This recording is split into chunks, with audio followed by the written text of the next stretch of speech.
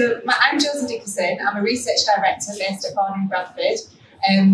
Most of my work is focused on evaluation of the Better Start Bradford programme, which is about early prevention and intervention across the system in early years, and also reducing inequalities research unit within Bourne in Bradford. I'm going to ask my panel members to introduce themselves, and then we'll start with some questions. But as you've seen in the other sessions, we really want this to be interactive. We really want you to be asking questions, but also to give your views, because this is such a big thing. We know we really want to capture what we can. So please feel free to shout out, raise your hands at any point. Shahid, would you like to introduce yourself? Hello everybody, thanks for coming.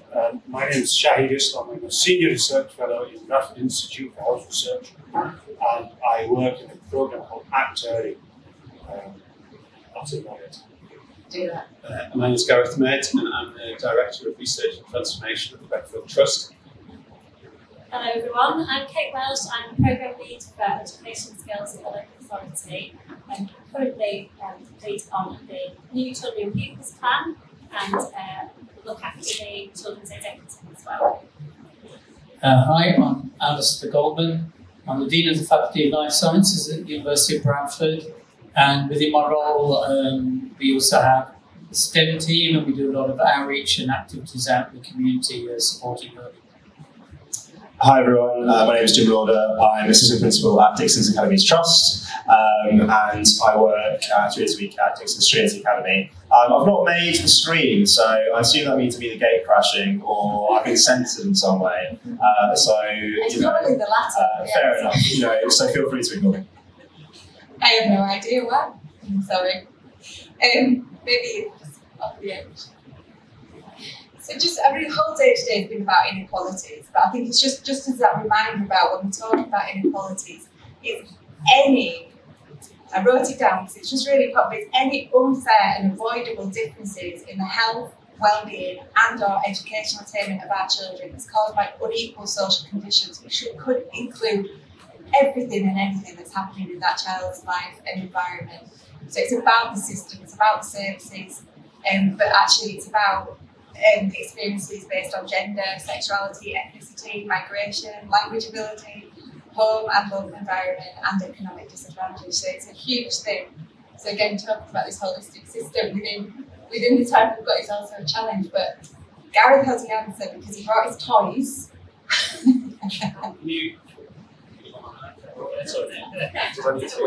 No, I need two hands. So can you see my hands if I'm right here?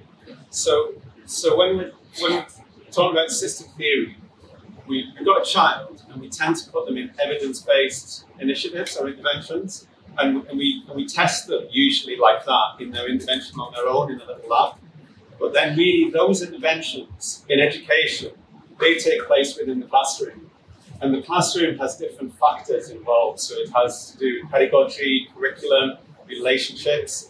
But then the classroom, it could be a ward, or it could be a transport system, it could be a street if it's to do with policing. That context takes place inside a school. And the school has culture and ethos and leadership support, systems that will either support or not support those two things there. But the school takes place within a community, and the community has maybe disadvantage, maybe has certain risks. There may be a presence of trust or an absence of trust for that to take place, but the community often takes place within a context of local services. So in education, we have multi-academy trusts, we also have the local authority, we have safeguarding board, we also have SEND services, and those services, when they work effectively, uphold what's happening in these other contexts. But then all of these contexts are sitting inside the national context. And so the national context is kind of political decision-making, funding, policy, and for this whole system to work, there has to be interrelationship, and there has to be partnership, and there has to be communication. And if one of these bits isn't working properly, or maybe is acting negatively, then it will undermine the effectiveness of the intervention and the child's participation of that. So however evidence-based that thing is, it is only as effective as the context in which it sits. Does that make any sense? Okay. That was great. Thank you. Thank you. Take your time back. Yeah. That's like, sorry. Alistair, is there anything you'd like to contribute to that whole thing? Well, I can't upstage that in any way, and I didn't bring my Lego set. I wish I had. I mean, what I want to say about ecosystem, and a lot of the conversation I've heard today is not really meant to be a criticism, but I feel a lot of it is almost a bit of a deficit model, because it's sort of saying this is what young people are, this is what young people are in, this is the system they're in, and I feel actually a lot of the problems are quite well known, but to understand the solutions, we need to understand how the young people see the ecosystem and what it is in their eyes they see as success and what it is in their eyes that they see as aspiration. Because I feel a lot within our ecosystem that we do is about doing things to people rather than hearing from them how they see things and therefore learning what their pathway to success would be. I think that's a great point, and I think thinking about the child and the family and their views, there's almost a spinning top going around our cups here, just orbiting it. But Shahid, this is your area of expertise, isn't it, about this community engagement and really thinking about things from a bottom-up perspective. So do you want to contribute?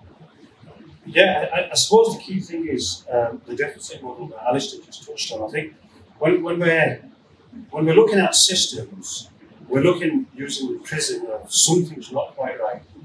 So we immediately start off with thinking something needs fixing, and we will do some research about what we need to fix, and we'll come up with some solutions. And by and large, that will be an intervention of some kind.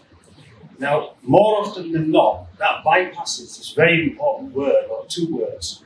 Firstly, one word, community, and the second one is social capital. Because when we look at communities that do well, that thrive, where children grow well, they have they reach the right milestones, they meet their educational outcomes, all of those sorts of things, you'll find more often than not those communities have high levels of social capital. In other words, people are connected to each other, they'll work together to fix problems, there'll be governors at schools, they'll be connected to their local voluntary sector organisations, and all of those sorts of things. Yet, when we're coming out with health interventions, with educational interventions, we somehow think we can bypass all of those social capital elements and come up with interventions.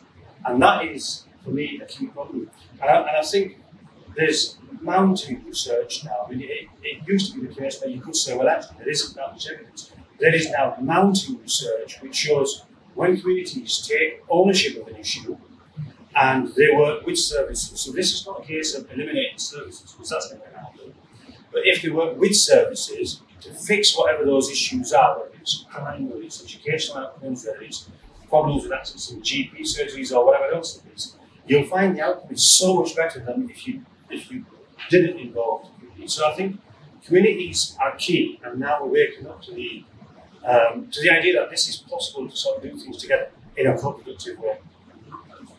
Thank you, Shahid. I think that's really important element of this.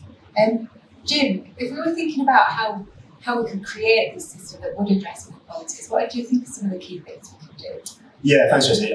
So everything that's been said so far is really music to my ears, and what I just want to offer is a few thoughts on how we can put into practice that vision that Shahid's just outlined for us. So for me, I think there are three key points in creating this ecosystem.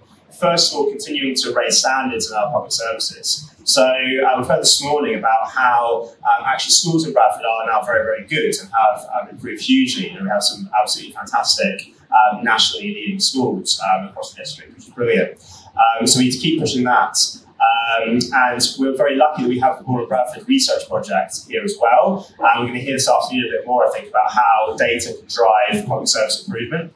So, for example, next year at Dixon's Trinity, where I'm based, we're designing our mental health offer around the data that we've got from the Age of Wonder phase of the Borough of Bradford Research Project. So very much taking that data and using it to design our services. So I think raising standards and using our unique attributes here at Bradford to do that is the first piece of the puzzle. The second, very much echoing what's been said so far, we're looking at how we can integrate public services at a local level. So we've got an agreement now with the NHS that the NHS are going to fund and manage a family support worker to be based at Dixon's Trinity and Dixon's Community Primary.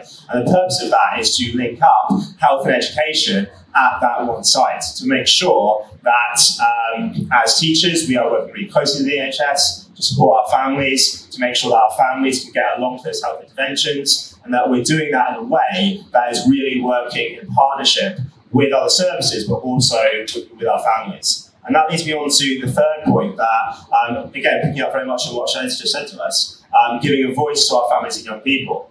You heard this morning from some of our young people from Dixon's and from Carlton talking about their work this year with Citizens UK. And for us, that has been very important to give students across the Dixon's Academy Trust and across the Trust in Bradford that voice and that platform to be campaigning for issues that they care about. We're all, I think, capable of having that bird's eye view, that kind of data-driven bird's eye view of what's going on. But exactly as we've heard, that doesn't echo the lived experience necessarily of the communities that we serve. So it's really important that they are given that voice.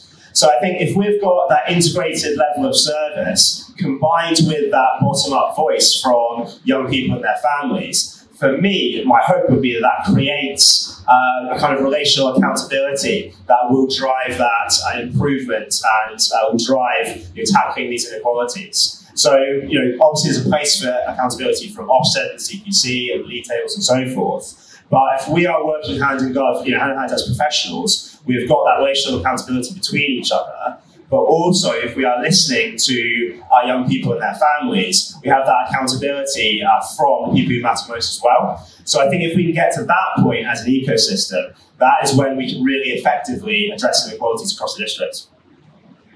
Thank you, James. Great points, and also a really nice example of family support work and how it is possible. We can do it. Kate, you bring a different perspective from working with the local authority and the children and young people strategies. What are your thoughts about how we can facilitate this? Well, it's probably not an easy solution for everyone here. Yeah, a bit closer. Oh, is that all right? Okay. Can I just go back just one sec to that definition of inequalities? Because I was reflecting on this before coming to the panel, and I was thinking actually, although we can look at it in many different ways, can't we? But I was thinking fundamentally something about fairness and about how, every day in, day out, everybody here, whether they're teachers or health professionals or working in the voluntary sector or working in any way with children, young people and their families, actually what they're trying to do individually and as part of a collective is address the fairness, the lack of fairness in those children's lives. So I'm thinking then about how that system does that in the same way, and it's obviously, and do you know, Gareth, we used to work together, and we worked together quite well. And I had in my mind a similar model, but I haven't got any kind of a visual representation of it. But I was thinking very carefully about where we are as a council and the kind of the leadership of the different organisations and what they do is at one level, isn't it? And yes, we've got met last week for the first time, a new children's and young people and families systems partnership board. It feeds up to the wellbeing board. It absolutely has tackling inequalities at the heart of it. But really, that's one tier of people doing one tier of work.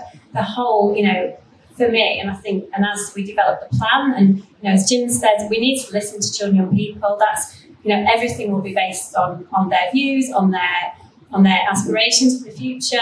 And we're also, as a council, absolutely signed up to the UNICEF Child Friendly Cities Initiative, which is ongoing as well. So, but there's other things. There's anti-poverty strategy. There's other work going on, and I think as a system, and sort of how we see it essentially is to see all the different moving parts of it and pull it together and get people working, facing the same way and working together, and all those little bits then add up, don't they, into that holistic kind of gestalt system where we're all greater than the sum of our parts. Thank you, Kate. That was a really nice summary. I just wanted to open it up at this point. Has anybody got any thoughts or views about anything we've missed or anything you'd like to elaborate on about what we've talked about, or any questions about this? Hi, Duncan. Have we got any spare microphones? Or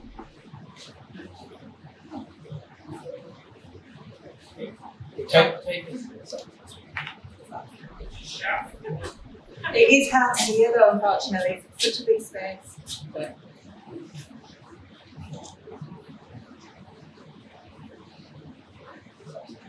Hello, it's Duncan Cooper. I'm in the Reducing Inequalities Alliance in Bradford. And I just wanted to pick up a question on what Shahid was saying, because I've been talking to people a lot about social capital lecture as well. And if I remember right from my university days, there's bridging social capital, bonding social capital.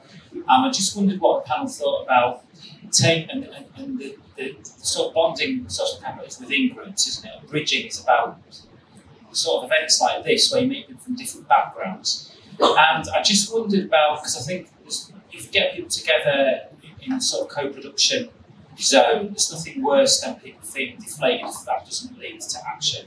And I just wondered what the panel thought about that, about how we really get that bridging social capital, so we join up the communities with services, with decision makers and funders and so on, so it really drives through to action. I just wonder if there's any advice about the best way you think we can do that, because I think that's quite a difficult one to crack sometimes. That's a great question. And it's double-edged, isn't it? Because if you do co-production but you don't act on it, it's probably worse than never having acted. It's even worse, isn't it? Just to feel ignored. Yeah, Alistair, do you want to go? My answer to that, it's really about leadership, actually. And I think, I don't know Bradford that well. I've only been around in Bradford for working here for 5 years, and I'm ashamed to say I live in Sheffield, not Bradford, but at least it's Yorkshire.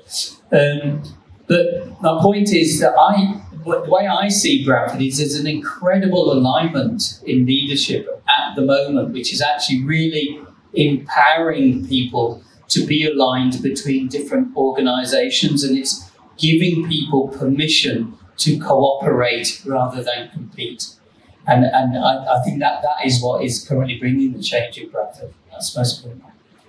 Josie, can I come in on that as well? So I think I absolutely agree with what Alice just said, and I think really crucial question, Duncan, thank you. I think building institutions is absolutely key to developing that bridging social capital, creating spaces where people can come together and share what they're angry about, share those ideas and take action. And so I think schools are really well placed as institutions to do that, because we touch all sorts of different elements and aspects of the community. So I think schools have a crucial role to play. And looking at the kind of hub model that we're starting to introduce at Dixon's, but also that the Alliance of Five Chances is sponsoring elsewhere in the city, is I think crucial to that. But I'd also just say that through our work with Citizens UK and the Citizens Alliance that we are building based on Academy Trust around the city has been a really good example of that, of bringing together different institutions that previously didn't really talk much to each other and breaking down those barriers to give young people in particular space to have those conversations and to take action and demand action from those institutions of power. And I think Alice is right that leadership is crucial to that, and we're lucky that we have some very far-sighted leaders in the city, whether that is in multi-academy trusts or in Bournemouth Bradford at the university or elsewhere, that have really been a part of making that all possible. Yeah.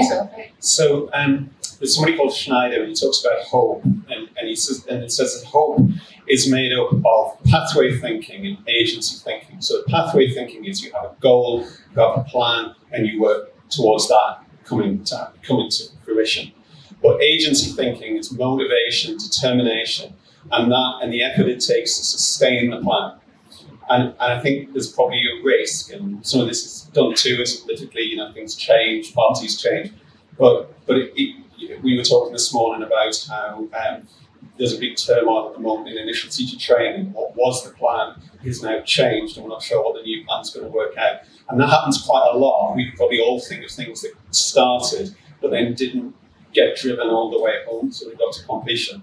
And I think one of the things that when Jens talks about accountability, everybody's accountability is for themselves to move the thing to the point where it needs to be. And we were hearing from Adam, I think, over there, Dr. Person, just in terms of we've got to the point where we've got great data sets, but we haven't got great data sets outside Bradford.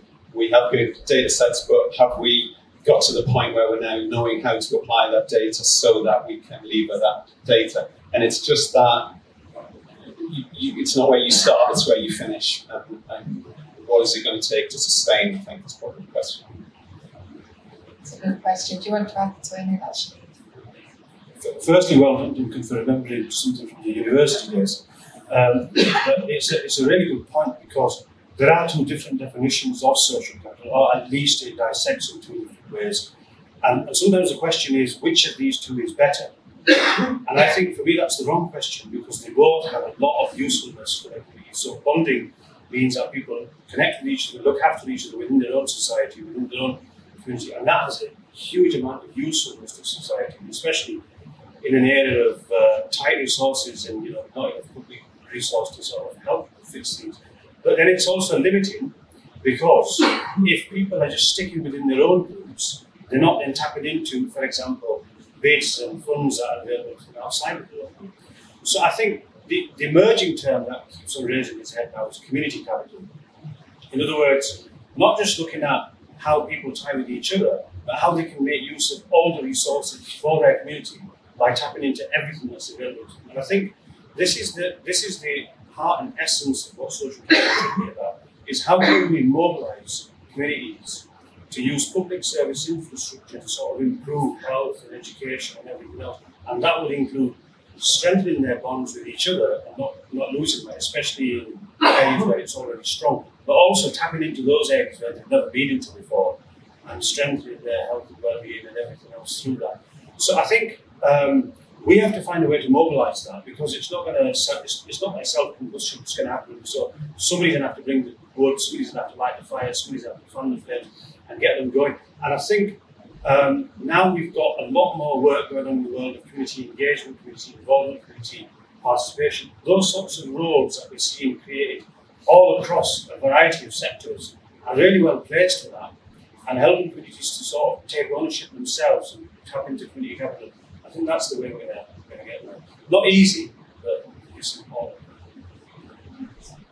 Thank you. Have we got any other questions? Yes? Sorry. I love that aspiration, mobilising communities. I feel that when you're wanting to mobilise a community, you need to bridge.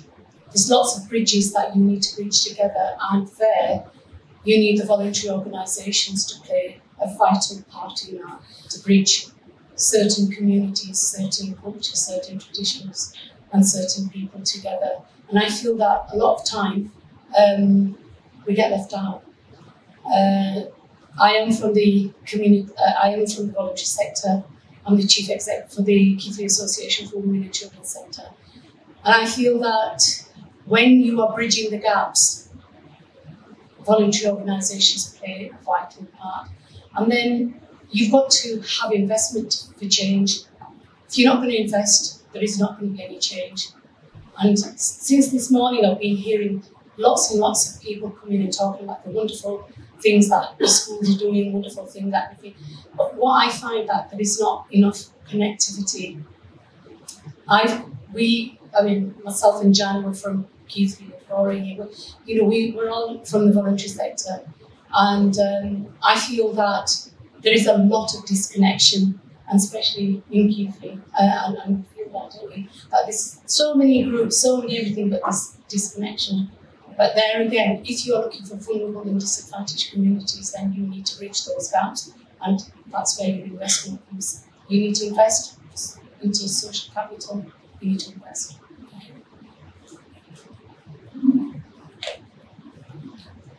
Thank you. Keeping me physically active as well, so it's very bonus.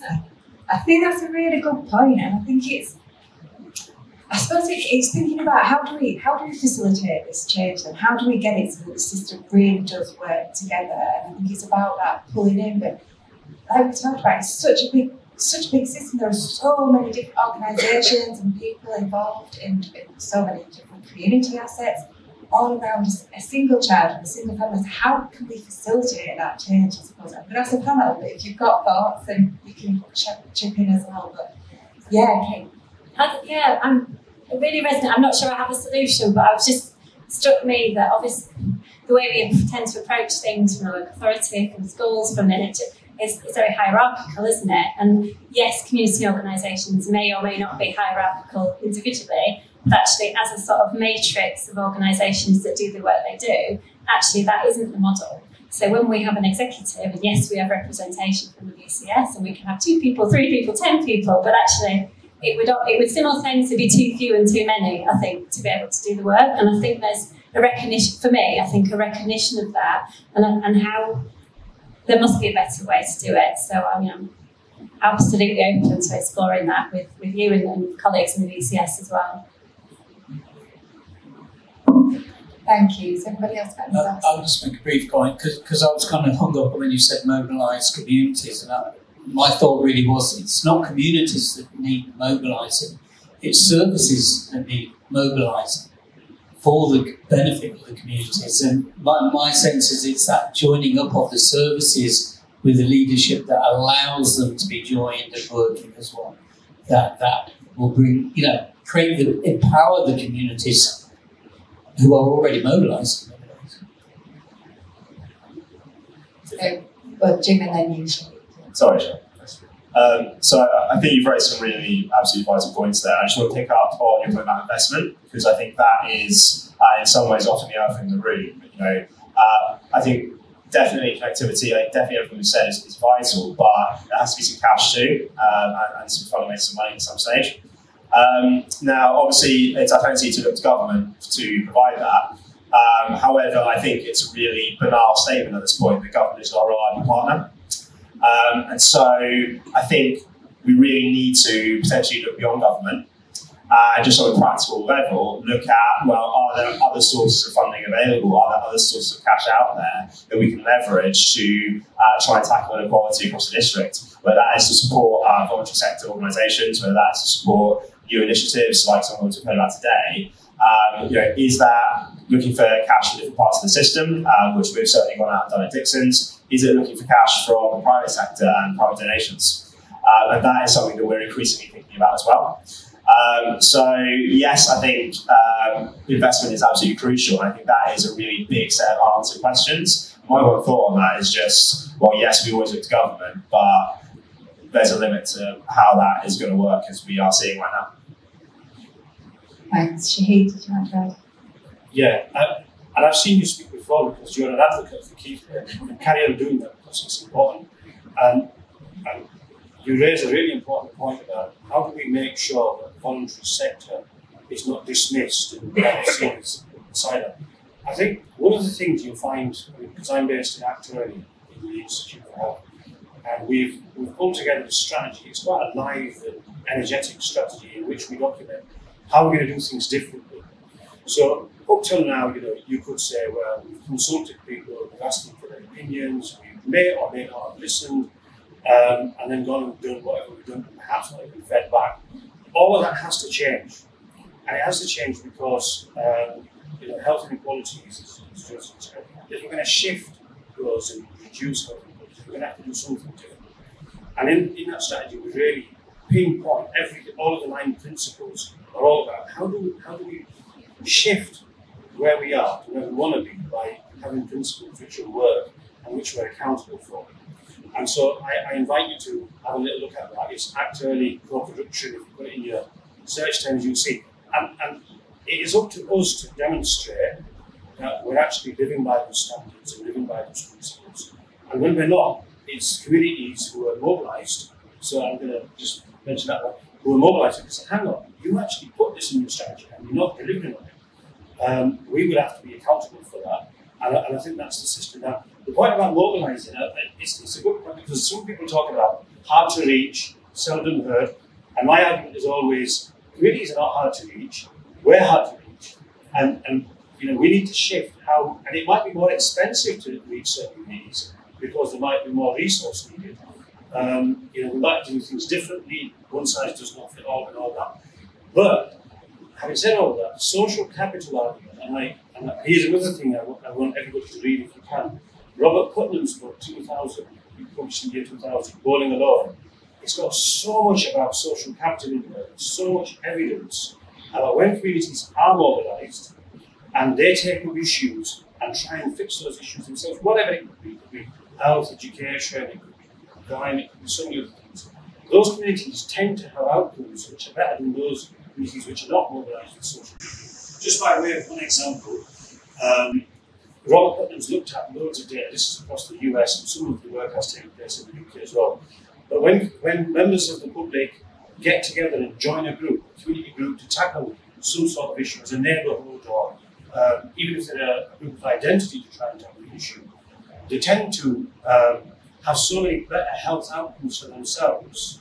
So Putnam actually describes it as joining a group could be as good for your health as giving up smoking or joining a gym. Joining a gym is quite hard, as many of you know. Giving up smoking is quite hard. But joining a group has the same health outcomes, health benefits as those two things. And yet, the side effects of all this is it's an improved service, better educational outcomes for children, more responsive services, etc., etc. So I think we've got to mobilise both services and communities. And that's what we're going to hit hard with these health inequalities. So it's going to handle. Well done. Sorry? Why does it integrate the two? Possibly integrate the two system? Because I think a lot of time. Oh, hang on. I'm going to have to give you this microphone. I was saying, why not just integrate the two? We were talking in the session before this one as to, there was a young chap who spoke so well about not enough opportunities being given to kids or teens or young adults and stuff like that. I went to schooling in the Caribbean and in Canada, and what all places did is that part of your curriculum you had to volunteer, and you had to volunteer a certain amount of hours. So that's what was, I think, was there with integrating the two. So, which worked on the social aspect, because Canada being a very young immigrant country, I have to make sure I'm recording as well.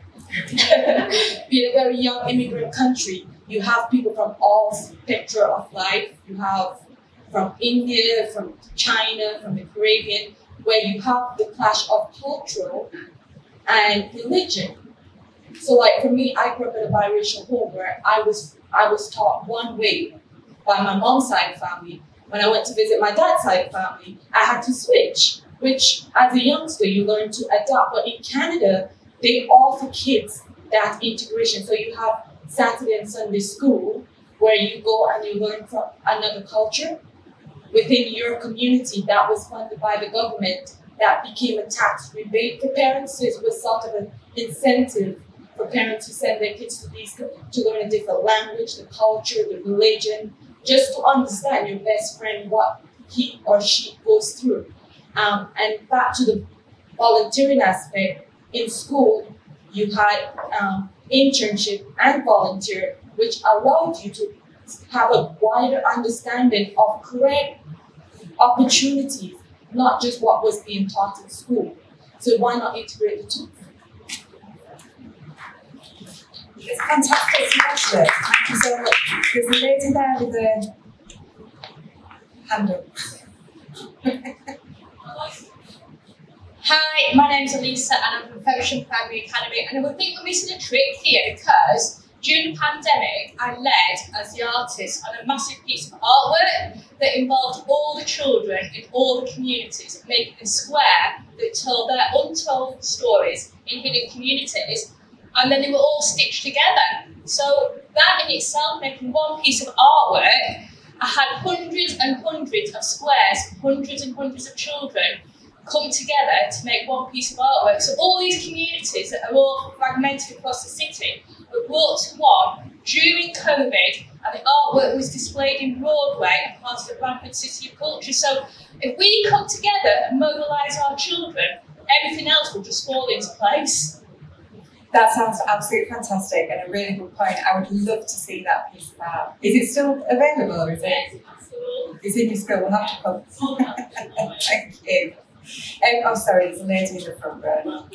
Yeah. Yeah, I was just wondering if any of the panel have had any experience of being partners or bidding within all the new Levelling Up funds, because talk about inaccessible money. And we both get our organisations get TAN fund money, and the number of hoops you have to jump through and the jargon you have to use and things like, gross value added and things like that, technical things that you have to pay for as well because we don't have those skills. And it's something maybe, again, cross organisations, because there will be businesses, there will be educationalists, academics who have certain skills. And what often the voluntary sector has is the ability to apply for certain funds that other sectors can't apply for. So there's something about partnerships there. But the other thing with all the funds we're aware of, and there's about 4 or 5 at the moment that we're trying to partner Bradford in as a district or West Yorkshire, when the government, you have literally 2 or 3 weeks to turn your ideas into application. There's then maybe 3 or 4 months to wait, and then you've got to start delivering very quickly. So the money for 2022, theoretically, you get a year's money, but the government will tell you if they make decisions on time, which often they don't, that you get the money at the end of September. Then you've got to deliver a year's work starting instantly over 6 months. It's such a waste of money. It's such a waste of not doing proper engagement and building on, people, all the things we've been talking about, really. So there's millions of pounds going through these levelling up funds, and what a waste potentially a lot of them are going to be. So I just wondered if any of you have been partners in trying to get hold of any of this money. Thank you. Is anybody? Not those grants. I'm trying to get grants in education before to the point where you're exactly in that you can't even line up the staffing to spend on the staff the money that you've got, because the project's going to start in September. You didn't get announced the money until you can't recruit in time, and so there is potentially an appearance of support without the reality of support, and probably that's true for all of us here. There's probably a potential that this has the appearance of activity without the reality of activity, and whatever we do, and I'm kind of, so you're saying it'd be great about investment. I have nothing to give you, but what I do think is in the bit that we are responsible for in our trust, we should be doing what we should do, and the bit that this person over there, what he's responsible to do, he should be doing, and that it isn't to minimise that there aren't people in communities who can make a difference, and the individuals, their participation or their engagement is key. But where I'm responsible, I have to be responsible, and at each point, and that's what you're doing in your voluntary sector, that you're taking responsibility. But it's just a line. Alistair. It's a lack of strategy in funding bodies, isn't it? And we've certainly seen it at the university. Karina sitting behind it. We've sweated seriously on some funding recently to get it spent in time. But what you said just gave me the thought that, in a way, if we had sort of grant writing collectives, if we could join up skill sets between different groups, and the university is the home of some writing skill sets, I would like to think. And so perhaps we, phone a friend, I guess is what I'm saying. And I think we'd be glad to hear from people that we can help in that way at the university, because I'm sure you'll be able to help us in another way too. Anyway. That's a great suggestion. So we've got a second ecosystem underway now, which is about getting funded through the first place. But we feel your pain. It's the same across the board, and it's not great. I'm going to put you on the spot a little bit now, because there was a conversation going on in the other stage in the session before, and it was about health and inequalities in education, but actually a lot of the same things came up around accountability and around funding and commissioning. How feasible is it ever to think about having funding that crossed schools, the local authority, voluntary sector, that actually then could deliver what we're talking about? So a single sort of series of things that would mobilise the community, or however they would work to make a difference. And how feasible is it that you could ever change your accountability? So obviously schools are working towards Ofsted, which is very top heavy on educational attainment. Midwives are working towards a healthy childbirth, but forgetting about the child's well-being. Not that midwives don't do that, but you know what I mean? That's what they're judged on, and that's what they have to deliver with the funding they've got. How feasible is it ever to change those things across the system?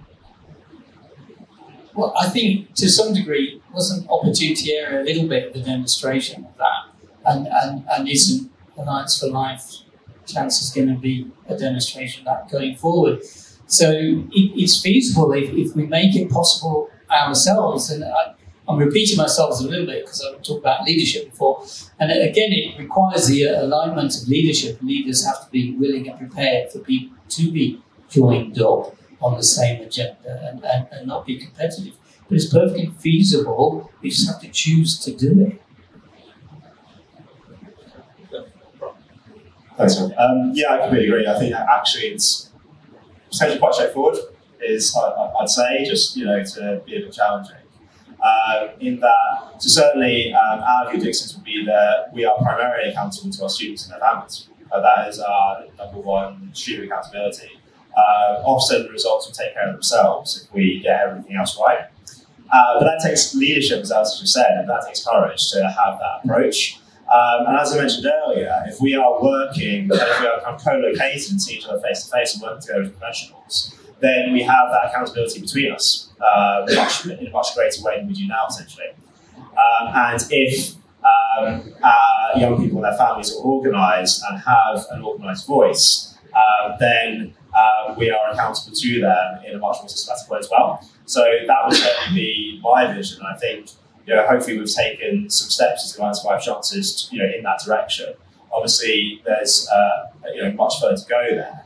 On the funding point, I think, look, funding for the work that we all do is fundamentally a political decision. And political decisions are determined by who has power. And so, that is why I think we have to be really strategic and intentional about building power for, as I said, for young people in Bradford and their families. And that's what we're trying to do with Citizens UK and building a Bradford Citizens Alliance that represents young people in the city.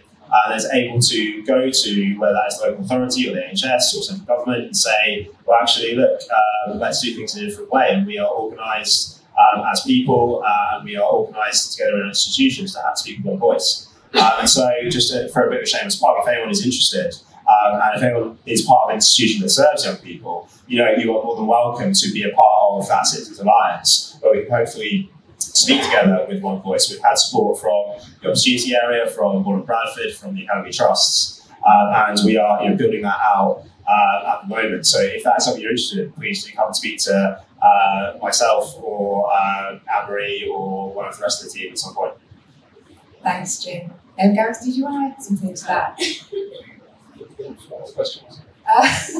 Sorry, can you fund and resolve? Yeah, well, I can't. I still can't fund. But I have to say, we in the school I used to be in, we awards for all grants, for example. We could only get one of those every 2 years. But the church next door could apply on the year we weren't applying. So there are occasions, which is what you were saying before, where I mean, I have to say there are some people that people are falling over backwards to give money to, and sometimes local schools where not. And I think the thing is that Ofsted, I think it's what James is saying as well, is our goal is not really to pass Ofsted results. Our goal is to do our best for our pupils. And actually, if you don't address inequalities, if you don't address why they're not coming to school, if you're not addressing, I mean, you saw this during COVID, if you're not addressing them having any food, then really you're not, you can kind of wave goodbye to any kind of educational achievement. So they're not a mutually exclusive thing.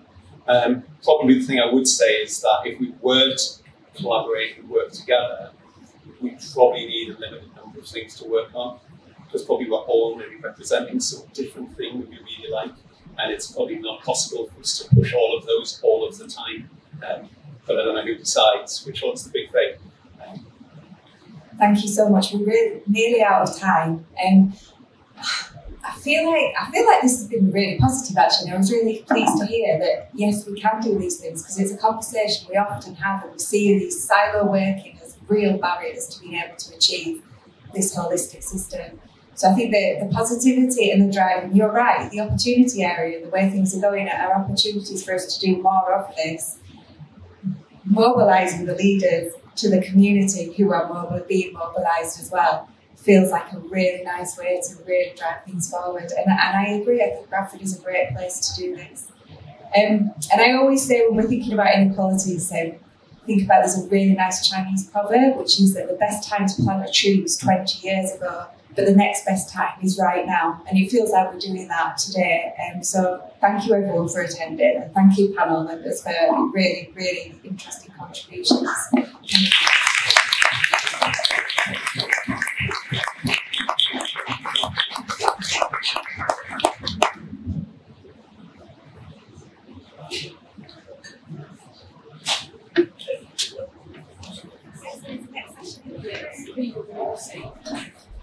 you.